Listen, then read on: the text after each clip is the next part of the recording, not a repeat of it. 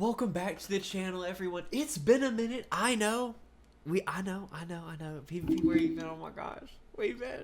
Sir Jobs? Hiding in the shadows? We've been here this entire time. We've been playing. Yeah, we've been playing. We've been focused on the season. I will admit, we've been on the grind. So, but let's get into some of the changes, though. So they always throw it out on Discord. If you're ever wondering where we kind of get the information from, let's just go through the equipment and unit ones. So special effects of Hunter's Guide, Cask of the Smurf style, duration of ages 1 to 4. I don't know what that affected is off the top of my head. I'm gonna be honest, but going up to 4 rounds is good. I mean, that's good. That's a big change. That's gonna be a big change. So, Oathbreakers. Let's get off to the spiciest thing that's probably gonna take up the majority of our time. Okay, so Oathbreakers, they go from avoiding all damage to physical damage received minus 90%. This is so big because people like Pursuit and Faramir, and it was part of the reason why I really like Faramir, for instance, as everyone knows, is he goes to avoidance status. Has a 70% chance of the armies going through avoidance status. So now this actually nerfs him. Because the way I think about it is I had a 30% chance of not doing damage, but I had a 70% chance of doing full damage to these guys for the first 4 rounds. So 90% physical damage. I mean, this nerfs them because a whole lot of people now were getting the commanders they needed. You know, like people were getting more commanders to fight the Oathbreakers. You know, with focus damage. There's on the good side, for instance, there weren't as many focus commanders. You had like Gandalf starting. Arwen was a big one, but there weren't any like tier 1 commanders that did focus damage. So that was a big part of that as well. Yeah, I think overall it was a much needed change overall because of the lack of focus commanders. But like IVP PvP was saying though, there are people that are getting more of those commanders as the seasons progress, and so short term it was beneficial. Long term, not so much. Not so much because everybody at towards the end of the game is, or in some of the later seasons, is going to have all those commanders that do focus damage, like Galadriel, Saruman, and Sauron, etc., that do focus damage in their auto attacks. So. Exactly. So let's go on to Season 2 unique equipment, task adjustments. Recruiting Tier 3 commanders is no longer required for Tier 1 and 2. I had no idea they would even throw that in there. To be honest, that's a bit ridiculous, if I'm being It 100%. is ridiculous. I just looked but at Faramir's. Faramir's was reasonable. You know, you had to go take Olas Gilith, you had to kill units with the Dunedain, and then do something else. It was an easy task. But the impacted commanders were 1 Ori. I don't know who got him respect 10. Arwen, como Grandma, my boy. Grandma's item is nuts for a tier 1 commander. The Shadow, he's got a really good item. Honestly, all these people have actually really good items. I don't know who got Ori to respect 10, but yeah, that's a rip. that is a rip.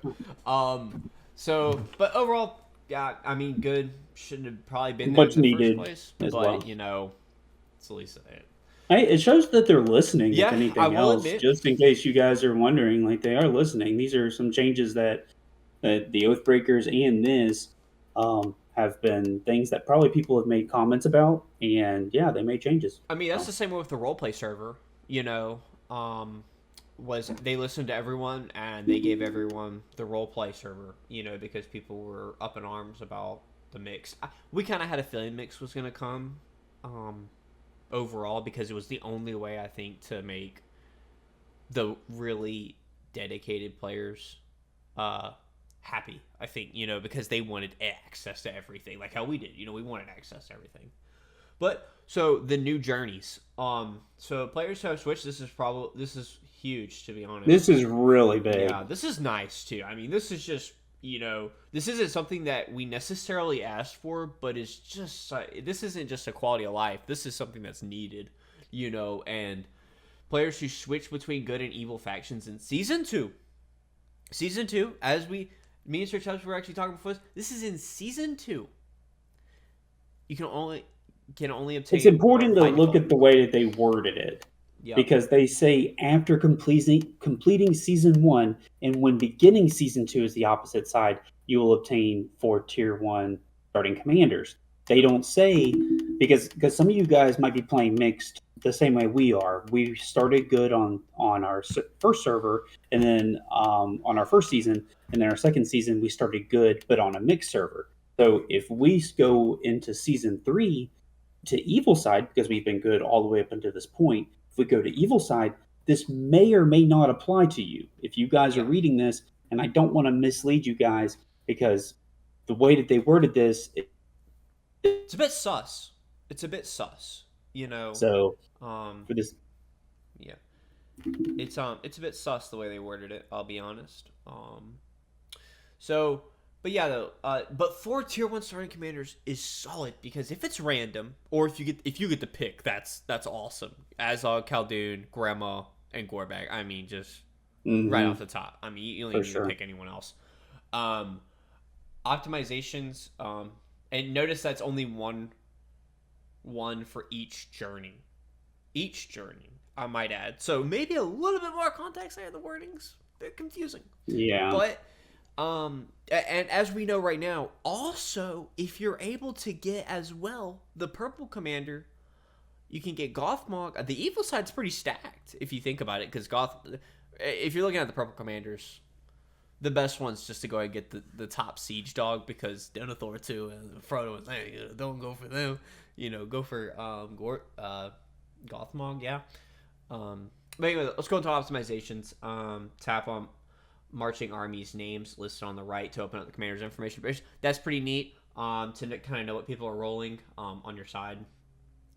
You'll be able to use gems to change your name. Cool. Added auto translation to system, mail, and personal info interfaces. That's really nice. Quality of life feature right there. Facebook will be accessed directly. Same thing with Discord. Optimize the display of tavern tips, and then optimize the mini map display for when Season 1 allegiance system takes effect. So the allegiance system came into play, I can't remember where, to be honest, but they mentioned that you were going to be able to make like alliances of some sort with like sub factions, and so that's also a really nice thing. And then fix an issue causing the unit bonus of Season 2 structure buff system not play in battle reports, and then fix the compatibility issues with battle playback. But overall, though, I like these changes because they're listening to what's broken and what people need. I will admit the new journey system stuff really nice. The Oathbreakers, they're changing it, which shows that they're listening, because everyone was crying about this, and rightfully so, that like if this was the way in Season 1 where you just avoided 90% damage, it'd be a whole lot better, and then they swapped to avoids all physical damage, because then a whole lot more players were going to have the avoidance dodging, basically. So overall, good changes. It's pushed in the right direction. But that's kind of it, guys. Didn't want to make it a long video. I know we kind of make long videos, but thank you guys so much for watching, and we'll see you on the next one. This is IPP, my kids IRL. This is Sir Chubulus.